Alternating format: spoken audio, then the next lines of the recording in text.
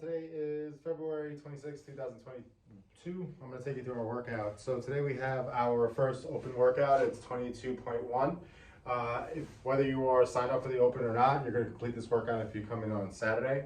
We're going to repeat the open for the next few weeks. So be prepared to kind of push yourself. This is actually, these are our benchmark workouts, so you will see them again. So it's good to get a unit of measurement down to see how you're tracking your workouts. Okay, this is actually going to tell you how you're progressing through the program. So today's a cool workout. I actually did this one today. It's a 15-minute AMRAP of wall climbs or wall walks, dumbbell snatches, and box jump overs. So for this workout, we have a couple of components. Now, whether you are a beginner or a fire breather CrossFitter, we have a suggested way of approaching this workout. So the idea is it's a 15-minute workout. We want to try to continue to move throughout those 15 minutes and try to track as many rounds of reps as possible. All right, so we're going to break down each movement piece by piece so that you can have some thought when you get into that workout tomorrow. So the first thing is the wall climb. So the wall climb is going to be, your chest is going to be on the ground. You're going to walk your hands and feet all the way as close to the wall. So I'll show you a rep and then we'll break it down piece by piece. So I'm starting on the ground. I get myself up to the plank. I get my feet on the wall. Okay, then I'm going to walk my hands all the way as close as I can. And then I'm going to walk all the way back down. And I'm going to get my chest to the ground. So the rep is done once you get your hands to the designated target. So for this workout, there are standards. So if you notice, I laid completely flat on the ground. My hands were on the ground. There's going to be tape measures, blue tape on the ground. Your hands must be touching on the fingertips of that tape. If you are a female, it's 55 inches, so it's the closer line. And for the males, it's 60 inches. All right, so you must have two hands on that tape once you get your feet on the wall. So if I'm on the ground here, okay, my hands have to be on the ground. I have to get my feet onto the wall, and then I can climb or start to walk my hands a little bit closer. All right. So with that said, some recommendations. I highly recommend you, once you start, to do a down dog, or what is it, a happy baby? I don't know, one of those yoga poses. I forget which one it is. But your hands are gonna be on the ground. And what I actually did was I had my hands here. Okay, I got myself into this position first, and then I got my feet onto the wall. What this takes away is that extra added push-up. So some people like to get their hands down, get into a push-up, okay, and then get their feet on the wall. And that's just added stress on the chest, on the shoulders, and on the arms when you're climbing your hands in, because moving your hands back and forth is very taxing. So I definitely recommend extending. It's a good stretch, okay? It doesn't really take much effort, okay? And it's a nice little break when you're doing those wall climbs.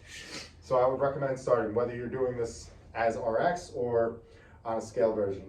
So get your chest all the way back, get your arms straight, and then get your feet on the wall from there, okay? So now, the RX version, you're gonna climb your hands, walk your hands all the way in. The palms of your hands must touch the line that's closest to the wall.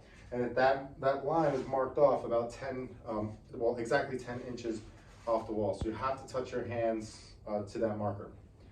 If you're doing the scaled version, whether you are male or female, you're gonna start with your palms over the 55-inch line. And then from there, you're gonna walk your fingertips past the 55-inch line and across. The line is actually 2 inches long. So you're going to have to walk your hands just a little bit. So what that's gonna look like is exactly the same. You're gonna have your hands down on that marker. You're gonna get back into your down dog position, or whatever it is called, feet on the wall. You're gonna walk your fingertips past that line, walk your palms over that line, and then get your body back to the ground, okay? And the last thing is, you're not allowed to get your feet off the wall until your hands are in that finished position. So for RX, your fingertips must be touching your designated line, the 55-inch line or the 60-inch line for men, or your palms cross the line and then your feet can come off the wall. All right, so just make sure you practice this. Talk to your your judge and make sure you're hitting those standards, because you definitely don't want to get no reps. It's a lot of work to climb yourself all the way in and all the way out to waste a rep on a no rep. Okay, so that's the wall climb. For more tips on that or questions about that, feel free to reach out to us. The next step is a dumbbell snatch. Now, dumbbell snatch we do pretty much every day at the gym, or every week at the gym, or every other week. So this isn't new to you, but some things to consider. If you're going for speed, you're going to look for muscle snatches. If you're going to go for longevity and just trying to move, you're going to go with a standard catch on the snatch, okay? And if it's really heavy, if you're trying to really go for that RX, the 50-pound dumbbell or the 35-pound dumbbell, you're going to break these up into sets, all right? So ideally, you would like to turn this into a kettlebell swing. You're going to do 12 reps unbroken and just go through this movement. So a couple of things. If you're going to go RX, you're going to straddle your dumbbell. You're going to get your hand on the dumbbell. You're going to stand, flip, and punch. Bring it back down, okay? And then switch hands, stand, flip, and punch, all right? So let's talk about the muscle snatch. You're just going straight up. You're getting that thing locked out overhead, okay? That's your rep there. If you're going to do a landing underneath, you're going to stand, jump, and catch the dumbbell overhead, and then switch sides. So those are your two starts. Your finish or your transition starts and finish. Your transition, you could actually drop the dumbbell and switch mid-air. If you do that, okay, just make sure you drop it right in front of your face, catch it, and then touch, and then go right back up again. Okay, that's going to be the fastest way is going to be muscle snatch, switch, touch, muscle snatch.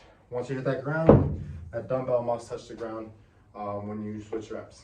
If you are going to do the same thing, you can stand, jump, catch, switch at the top, stand, jump, catch, switch at the top, switch in between, and then touch the ground. All right. If you're going for a heavy dumbbell and it's not really what you're used to, I would recommend stand, jump, catch, bring the dumbbell down with the same arm, switch hands, stand, jump, catch. All right. Last thing is, you don't want to punch yourself over. Make sure you keep your back flat when you bring that dumbbell down so you can save your lower back throughout this workout. So that's the dumbbell. The last thing on this workout is going to be the box jump overs. Now the box jump overs, there's a few different levels to the box jump overs. If you're well conditioned and you can move quickly, you want to try to get this done. This is going to be a little bit of, I took it as active rest. Some of us, this might be where we struggle because, you know, we're just not good with conditioning. So essentially what you're going to do is jump on top of the box, get to the other side, and then jump again. So that's one rep. Every rep you have to step down. Okay, so it's not something where you could jump down. That's actually the standard for CrossFit. So you need to step down just for a safety issue, just like we do at the gym. Okay, so a couple of things. Number one,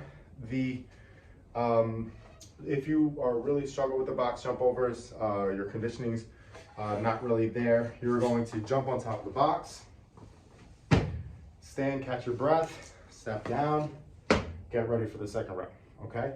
You don't have to stand up at the top. That's not the standard, but I would recommend doing that if you struggle with your conditioning and you're gonna move slow on the burpee, not burpees, I'm sorry, the box jump overs. The second thing is, the reason why you wanna do that is because you wanna stand, jump, breathe, step down when you're ready to rebound and jump again. A lot of people jump on top of the box, get to the side, take a walk, catch their breath, and then jump. That's actually wasted time. When you transition for your rep, you're gonna step into your jump position. So just make sure you practice that beforehand so you're ready to jump and go. Okay, you don't want any wasted movement. That's going to add to your workout. It's gonna add to your respiratory system. Okay, less is more when you're moving on the box. So that's stage one. Stage two, which is what I actually did, just to move consistently, is to squat on the box, step on the opposite side, and then jump on the other side. You can move quicker with this, but just if you're moving quicker, you might stop a little bit if your conditioning is not there. So that's why I was saying, If you start to sprint through these box jumps and your heart starts to race, we'll talk about your heart rate in a little bit, then you're not going to want to go with this. All right, so what I ended up doing was I jumped on top of the box, I squat, I step down, jump again, and I just stay this consistent pace. So if you notice, I have a cadence. So I jump, 1, 2, jump, 1, 2, jump, 1, 2, jump. And that was the cadence that I stayed with throughout pretty much the whole 15 minutes. That cadence for me is manageable with my breathing. So you have to think about that when you're doing it. All right, so that's why I say jump on top of the box, breathe, 1, 2, jump, breathe, 1, 2, jump. Okay, that would be your cadence if you want to bring that down a little bit. My speed demons, or on that last set, you can fly through this. So you can stay on the same side, you can jump. So if you notice, that's really fast. You're not going to see a lot of people do that, but if you're on that last round and that clock's ticking, you want to get a lot of reps, jump 1, 2, jump 1, 2, jump 1, 2, and just find that cadence and stick with it. All right. You can jump and clear over the box. Don't recommend that. If you do that, I'm gonna laugh at you.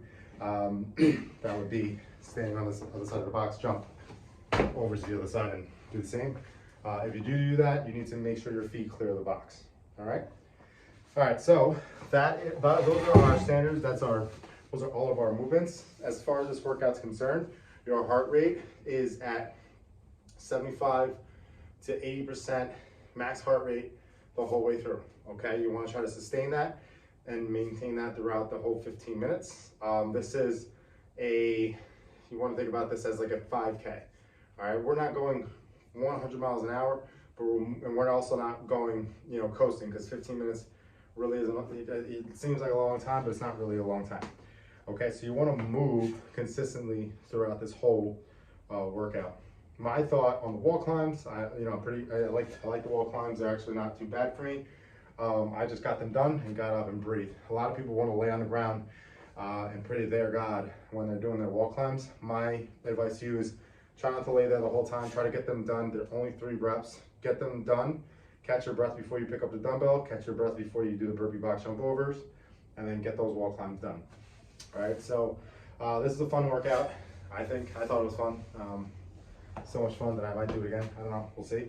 But again, it's 3 wall climbs, 12 dumbbell snatches, 15 box jump overs, rounds and reps. Post your score to SugarWOD and sign up for the CrossFit Open. It's actually fun.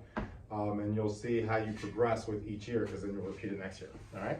If you have any questions, feel free to reach out. Have a good one.